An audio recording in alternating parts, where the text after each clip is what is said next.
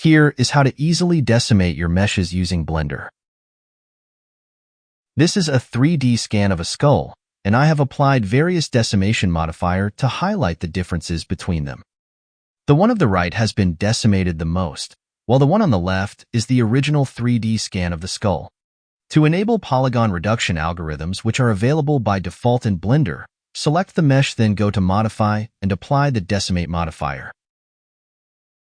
The default Decimate algorithm will use the collapse method. This will also process the Decimation modifier the fastest out of the 3 available options. We need to specify the desired ratio, for example 0.1, and we will see the resulting face count in the modifier window, as well as the mesh visual modification in the viewport. Since the original mesh has been generated using 3D scanning, heavy decimation is required to have an impact on the overall mesh shape. As we can see, this algorithm does not have a boundary restriction, therefore heavy decimation will not preserve the overall shape of the model. The following method is called Unsubdivided. This only has an iteration step, and as we can see, this will process a lot slower.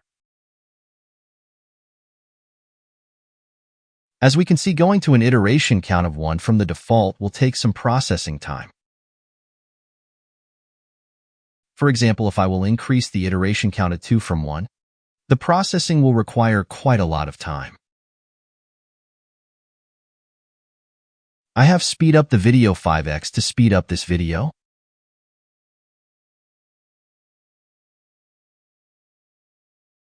The last decimation algorithm is called planar. We can control the decimation using an angle limit. We can further customize this using the delimit feature for various elements.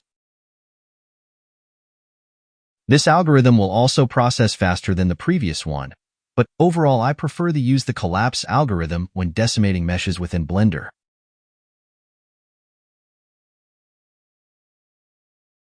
So remember to set the parameters that works best for your case study model. When finished, consider to apply the modifier. Okay, that's it for Blender decimation. I hope you find this video useful. Let me know in the comments section what is your preferred decimation algorithm.